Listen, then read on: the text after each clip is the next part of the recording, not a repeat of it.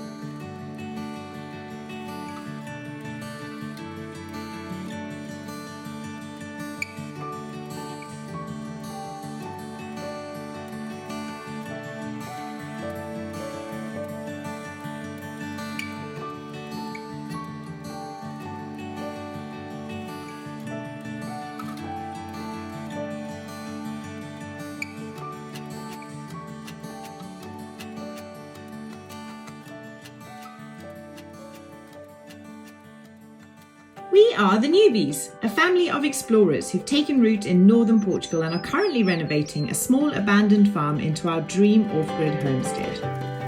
I'm Tara, born and raised in Zimbabwe with a love for wild spaces that comes from a childhood growing up on a farm in Africa. This is John, who's had a life on the road, visiting 163 of the world's 193 countries and counting. Wow. And this is our son Crusoe, who loves nothing more than to help his dad on the farm.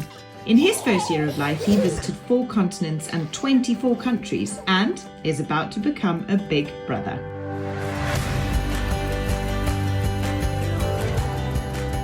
We're documenting our entire journey, and each Sunday we release a new episode with exciting new projects and stories. And we would love for you to join us. Hit that subscribe button, give us a thumbs up, and turn on those notifications so that you never miss an episode. Thank you for helping our channel grow and for supporting our family's journey. And remember, be brave, think big, explore. It's a far cry from the farm in Portugal, but we are actually really enjoying ourselves. It's been a really lovely sunny couple of weeks. We've got a little while yet to go before the baby comes. And we have a super exciting visit happening today, which we cannot wait to share with you. I love this time of year. The hedgerows are absolutely chock-a-block with berries and crab apples and all sorts of stuff. Makes me really, really sad that we're not at the farm foraging and harvesting our own stuff. I know, because soon the grapes should, well, I don't know what grapes they will be, but soon the grapes should have been ripening, shouldn't they? That's right, yeah, and the apples would have been ripe. And, Crusoe would be going I'm sure wild. We've got blackberries all over the farm. Crusoe is going wild in the UK. Yeah, Every walk is actually quite stressful for the little guy because everything looks edible. It does. But anyway, he's loving it. So today's visit... Yeah, we're heading over to a place called Farm Ed. A not-for-profit farm located about 10 minutes from where we're based here in the UK. And they are entirely focused on regenerative agriculture and farming with nature. Now, this for us is super exciting because today basically marks the start of a new project on the farm, which is our own journey into regenerative agriculture and permaculture and farming with nature. So we're super stoked. They act as a kind of education centre, not just for the local community and local schools, but also local farmers. They've been going for about 10 years and I think have inspired so many people in our local area and around the country to do things differently and to do things better. Yeah, we are so fortunate to have been invited. What's Crusoe doing back there? We are so fortunate to have been invited by Ian, who owns the farm, who owns the project. This place was opened by Prince Charles, no less. Uh-oh, Crusoe's dropped his apple. So very, very much looking forward to seeing what we can learn today, and what we can share with you too. Let me retrieve his apple, shall I? You don't really want the apple, Crusoe. You're just making Mummy pick it up. Also, a quick update. Crusoe. A quick update, website will be live next week. So tune in to next week's episode to find out how to access that, what the address is, because the most important thing is you'll finally be able to have a look at and hopefully buy some Newbies merchandise. We've got some great t-shirts coming. We spent a lot of time. Yeah, merchandise. We've spent a lot of time working on the design and we really hope you love it. Yeah, we're so excited. So anyway, lots of projects going on. We might not be on the farm, but lots and lots of projects going on, and today is the start of a big one. And judging by the comments and the discussions that we've had with so many of you in the comments over the weeks that we were on the farm, I think it is going to resonate with loads of you, and loads of you are going to find it interesting, and I think we're all going to learn something. So let's get on our way. Let's go. So John and Crusoe have wandered off in the opposite direction to find Crusoe's shoe, which fell off on yesterday's walk. Fingers crossed. But I'm going to head home, get us ready to head off to Farm Ed. And the one thing that I'm really looking forward to chatting to Ian about is, if you've been watching our journey for a while, you'll know that a few months ago now, we laid a lawn. And I was so conflicted when the tractor arrived to till the land, to get us ready for the lawn seed. And I didn't like that we were sort of disturbing the soil and all of the wildlife within it. And also that we were planting a monocrop, as it were, which I know isn't the best thing to attract lots of wildlife. So Farm Ed has a huge focus on soil health and soil regeneration, and I'm excited to ask Ian what he thinks, because we need a lawn for our family. But I wonder if there's a way where we could mitigate the choice that we've made to have a lawn there and balance it somehow to still make sure that it is a place that wildlife wants to be, and that we haven't caused the damage that I was really concerned that we would be causing. The other thing I wanted to mention that is we have got some amazing new aerial footage of the farm, which we got from our friends Tanya and Adam, who came to stay from Jutson to the Sunset a while ago. And we're going to use that in an upcoming episode to try and give you guys a better overview of the layout of the farm, and also try and explain where we're thinking we're going to put everything, so that all of this learning and discovery that we're making while we're in the UK and that we're sharing with you has a bit of context, and we all know kind of what the project's going to look like. It's probably going to change, but it's good to talk about it. And it would be great to kind of, if anybody out there is versed on permaculture and regenerative agriculture, which I know a lot of you are, it would be so cool to have your input and thoughts and comments and advice, because that has been a huge driving force in some of the decisions we've made on the farm, and for that we are endlessly grateful. But for now, it's time to go and pack a bag and get ourselves ready to go. In a quarter of a mile, our destination will be on the left. All I see is fields, endless fields. That's kind of the point of a farm though, isn't it? Do you know Jeremy Clarkson's farm's around here somewhere? Yeah, it is. Not far from us too. Not far from it. Here it is, there's a sign. I'm gonna take a gamble and make an assumption. Yep, this is it. Yay, Farm Ed. Oh, I'm so excited. Farm Ed. Farm and food and education. Oh, I want to read you something that they've got on their website quickly. Okay. Look at this, what wow, a beautiful isn't it place. Beautiful. Tell you what, That is quite the view, isn't it? it is. Look at that, Crusoe. Wow. Back on a farm, my boy. Isn't that exciting? Yeah, you're gonna have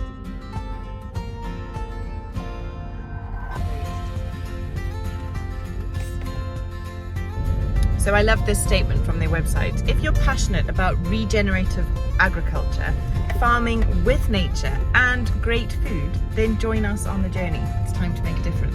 I mean, I wish I hadn't had that cheese sandwich now. well, I did try and stop you. Anyway, here we are. Okay, here we are. Well, let's go. Let's do it. Oh, yes, we are. Wow, brilliant. And you can eat something. Where's your shoes? It's got one sock on and no shoes. One sock and no shoes. Typical. And yes, everybody, we drove our Portuguese banger all the way back to the UK. And it is a little bit banging at the minute. It's got to go and see the garage. That may have been a bit too much mileage for a 20-year-old vehicle. Anyway, hey what, buddy? Back at the farm. Although our project in Portugal is already very much underway, this is something of a beginning for us. When we return to our farm in a few weeks' time, we'll be thinking of it as something of a permaculture and regenerative agriculture project, and we have a lot to learn. So to have the opportunity to come and meet Ian and hear more about what they do here is super exciting. We also know lots of you who've been on this journey with us for a while are interested in this, so we hope there's something to learn for us all.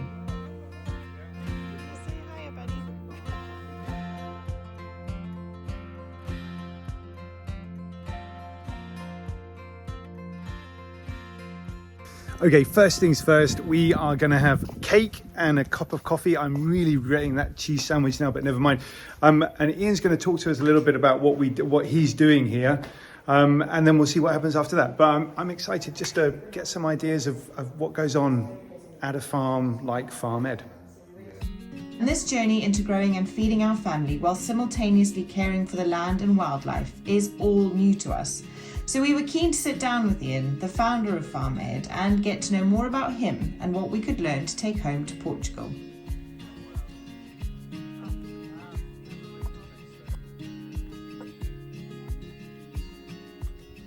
Well, you're here in the Evenlode Valley. The River Evenlode runs in the bottom here, and it runs into the River Thames. And this little farm is just 100 acres, and we grow all sorts of things. It's a demonstration farm, so we have sort of an agroecological approach that we're looking to grow these crops plus livestock and fruits and vegetables and all sorts of things that were not here before, like your farm. And here we are, for us 10 years later, but it's been a great journey. Didn't do very much to start off with, just watched and observed and learnt for a year. That's kind of what we're doing at the moment as well. I was saying exactly that to Ian earlier. I think it's so important because guess what, you rush in, make loads of changes and then you look back and say, well, why did we do that? Yeah. So right now you've got the opportunity to view and watch and learn and understand the landscape, where the sun comes, where the rain falls, where the creatures are or not. And from there, you'll build a plan, so you've got time. Yeah. And I think it's the journey, isn't it, that's often the really exciting bit. It is. You don't want to get to the end point, really. You just want to explore a creative journey. Exactly. The way we see things here is we start with the soil, we start with sort of each space and say, okay, what's our long-term plan? Where do we want it to be? And how do we get there? And so getting there, what success looks like for us is rebuilding soils, seeing wildlife. I want to know, 10 years down the road, still in Portugal? Yeah, I think definitely we're still in Portugal. We've got visions of turning the place into a good life, where we can grow our own food, where we can know that the food that we're giving our children is coming from sustainable places and is healthy for them to eat. As a younger man, I used to go to some really gnarly places, do some dangerous things, get thrills out of doing that kind of stuff. It would be done for me, entirely for me, but now I've got Crusoe around. I really want to hang around with him, I really like hanging around with him, and I want to hang around with him for a long time. And so there's been this thought process over the last year, 18 months when Crusoe's been around, that it's just, we should be looking after ourselves, we should be looking after the land that's going to be his one day.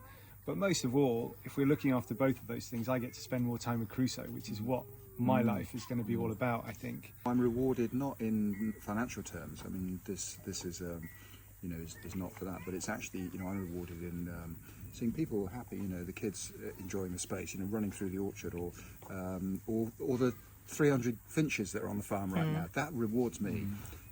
So but I have to sit differently, and my wife, I used to like tidy things up, and she said, "Why are you doing that?" Well, keep it tidy. This is sort of what farmers do. But actually, now when we relax a little bit in certain areas where we can, for the benefit of other species, for example, it's really rewarding. I mean, I love seeing what comes when you don't intervene. You've got to reshape it. You've got to look at it differently. It's not just about the economic growth that we're all driven to sort of, to produce. It's the other things in life that become more important. I'm already feeling so inspired, aren't you? Yeah, it's a beautiful, beautiful place. And what an incredible, I don't know, it just felt like this was going to be a good fit. What's the plan then? I think Ian's going to take us for a bit of a walk around. Okay. And show us some key pits and just see what we can learn, really. I mean, I feel like you could probably spend a whole day here and it wouldn't be enough time, isn't it? Yeah. But we'll do as much as we can, and we know where it is now, so we can always pop back. Right, let's go and see some crops. Please, Kiddery, that'd Come on. be great. You want to lead the way? Come on, Drew. Come on. We're going to follow Ian. What do you see?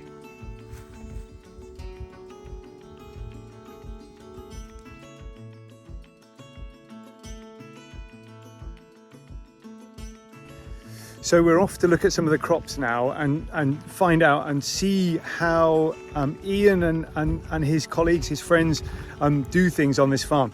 Fingers crossed, it's something that we'll be able to, some of the ideas we'll be able to take from here and put into the farm on Portugal so that we can grow that world's biggest beetroot.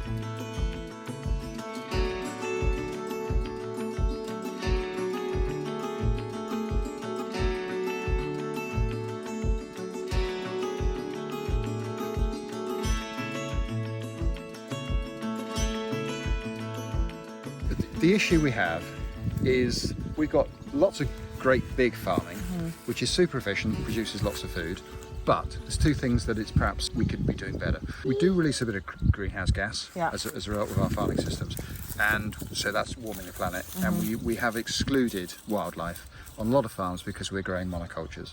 There's no weeds in the crop, you know, there's very little life in the soil really. We've lost a lot of the carbon which would feed the earthworms and all the microorganisms in the soil.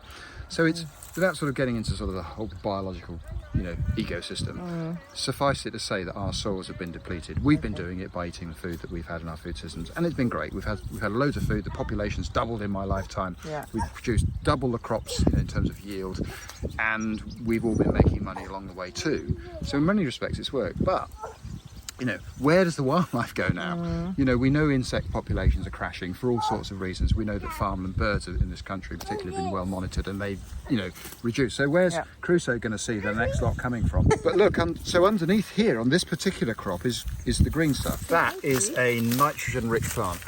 Okay. Which is let's call it a fertilizer alternative. Because what we did do on our farm is dedicate one of the little terraces to a lawn, because we've got kids, and so it was like we would really love a space for them to be able to run around, but we were so conflicted. This tractor came in and it tilled the land, and it was like, oh no, you know, I feel dreadful. But anyway, loads of people commented on it saying, why don't you plant clover in amongst the lawn to kind of try and balance the impact of having that single species grass. That's right, because you want to run around. I mean, don't we all? But you also want it to be full of wildlife. So this crop is on a field scale for our food. This is wheat. This is actually a population of different wheats, okay? But underneath here, I've sown clover with it as well, just like your lawn. And the idea is that I'm trying to fix nitrogen from the atmosphere, because the air is 78% nitrogen anyway. It's just and this plant needs loads of nitrogen to grow, to give a good yield. So I could put fertilizer on, but when I make when we make the fertilizers, we emit carbon dioxide because it's oil and gas. Then we put it on. The plant doesn't use all of it, so some of that fertilizer goes up into the atmosphere as nitrogen. And that's a really nasty greenhouse gas, much worse than carbon dioxide. It's 175 times worse. So if I can grow it in the soil and this plant can use it, it's a win-win all round. That's amazing. But there are some questions, you know, is it reliable? Do we know how to do this enough? Will it grow the same quantity of grain as the fertilised system? The answer is probably no. But if we develop a farming system that is truly rebuilding soils, regenerating those soils, then we can probably grow enough food for us without too many questions. So I'm really intrigued by these soils because we can get a lot of carbon back into the soils, and with clovers like this, obviously this looks like just like a typical clover, look, a lucky clover. With clovers like this, we can fix nitrogen from the air into the soil, and that reduces our need for using artificial, synthesized, man-made fertilizers. And it's those fertilizers that are causing, you know, many of our climate problems. So in here, we've got lots of roots with little nodules on which fix nitrogen, and we've also got, oh thank you so much, that's a nice one. What's that? Little microorganism. I can't even see, it's so small. Even with my super glasses on, I can't see how small these microorganisms are. And this whole ecosystem of soils, with the biology, the physical properties of the soil and the chemical properties of the soil, are what feeds us. So whatever we do with this is really important. So this is long term. You have to think generationally about this, because these soils weren't built in a day. These were built over millions of years. Listening to Ian talk about the health of our soils and how we could potentially make a difference on our little patch in Portugal was incredibly inspiring. By planting carefully and sympathetically to wildlife, we could safeguard our farm not only for our future, but for our children's future too. We couldn't help but feel like we're on the precipice of a great journey of learning and eventually of teaching. We hope that by sharing what we learn along the way, we not only teach and inspire our children, but also anyone who comes along for the journey with us. The more folk out there talking and sharing and learning and trying to make a difference, the better for us all.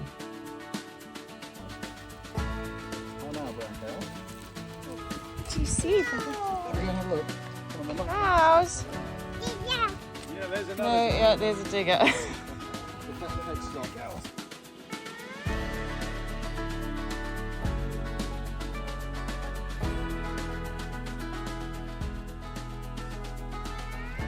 The next stop was the bit we were most excited about, the Veg Patch, an impressive series of rotational beds of food crops harvested and maintained by farm ed experts and volunteers from the community. This 5-acre patch produces no less than 180 boxes of produce each week to feed the local community. It was also a chance for the newbie boys to finally get their hands dirty and get practicing for our very own potato harvest sometime in the future. When you have more than one species together, so potatoes and clover or whatever, whatever, you just get more. I mean, that's the thing. I mean, Darwin knew that. I mean, it's having different. Attracts different insects, different birds. And look, we're disturbing the soil here quite a lot, so we're actually destroying soil life by growing our food.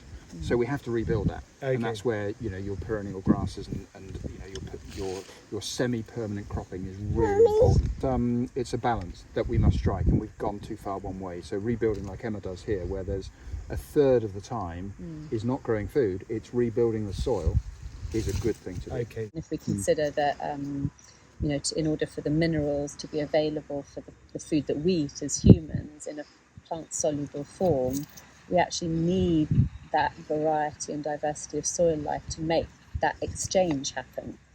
Otherwise, we have to create it artificially, which, especially in a world where inputs are going to become more and more expensive. So actually, if we can use our kind of natural workers to our advantage, they're working 24/7 for us and for the soil. And so if you can create the right kind of habitat for them to be able to get about their business, then, you save yourself a lot of time and you're working with better soil. The second inspiring person we met at Farm Ed was Emma, who gave us so much insight into crop rotations, how to sympathetically plant trees and grasses in amongst our veg to get the best yields from the sunlight, as well as how to provide habitat for vital wildlife. So a question, I heard you say something about the oak trees just a moment ago. Yeah. What is it about the oak trees? Because we got lots of them on a farm. Well, so in this particular environment, so we've got agroforestry strips, there's 7 strips, and they delineate our growing spaces, our 6-year rotation. And so we want the oak tree because it's the biggest host of biodiversity. So as a tree, you've got the most insect life, the most bird life, and the best soil life you could have with an oak tree. But an oak tree needs to express itself. It's got a really big canopy, so when you're placing it somewhere, you need to be aware that it's going to create a lot of shade. We've placed 3 oak trees, but on a diagonal, so that when the sun's going round, it goes round this way. Very clever. And so it's going to limit the shading that they would actually give and allow them to express themselves, which then will bring in the biodiversity we need. Bloody as brilliant. well. Isn't that brilliant? Isn't that It amazing? almost makes me want to just go and start again with everything. I know. But we've got to have a look at what we've got, because we have an orchard there, but it's knackered. Getting excited. It's getting exciting, isn't it? Yeah, that is. Look, you've seen already. But using that local knowledge. Yeah, you've seen already Worth this doing, I think. tremendous range of vegetables, fruit, grains, dairy. There's lots going on, isn't there, in a really small space. Yeah. And that, Yeah. I think, is what you've got. So see it as being beautiful, not being a restrictive factor. Amazing. So Ian's just had to shoot off into another meeting. He has very kindly given us so much time this morning, and I genuinely, if we could, I would just be getting straight in that car and driving back to Portugal, because I just want to get started. Yeah, me too. There's something important about actually putting a line in the sand and saying, or a line in the dirt and saying, okay, this is how we're going to do it. Now we've got a direction. We kind of know without knowing. Yeah. You know? We're starting to build, aren't we, on a bit of knowledge now, and a bit of kind of getting an idea of where we'd like the farm to go. We've always had like a vague idea, but we didn't, it's hard to envisage it because we've never done it before. So now we're starting to build on that picture, and now it starts getting really exciting. Up until now, we've always focused on the bit of the gardens and the landscaping and a little bit on the buildings. And a bit of fun and family life and the houses and stuff. But now it so much starts other to things. feel like we can make it really real. And a last parting gift from Emma and Farm Ed was a delish little finish to our visit for Crusoe. And we've never seen him so interested or delighted by a cucumber ever before. you are the coolest kid I know. Okay, so my suspicion is that whilst Crusoe devours the rest of that cucumber, which I'm sure he'll do by the time we get back to the car, We should sign off from here. I think we At should. Farm Ed, just outside Chipping Norton, here in the Cotswolds. Yep. Big thank you for watching. I hope everybody's learned something new today. We've certainly learned a whole bucket full of new stuff. Yeah, I have no doubt that a lot of you are feeling as inspired as we are. Yeah. And we'd love to know what you think. So, you know what to do. Drop us a comment in the box. Absolutely. Let us know what you think. Let us know what you think we should do. Give us some suggestions. If you've got good resources for us, you know, we're always all ears and always very grateful. So Please remember, like, subscribe, turn on notifications, and leave us a comment. Like Tara said, we'd love to hear from you. And this one's been a special one for us. it really has. We'll see you next week. See you next week.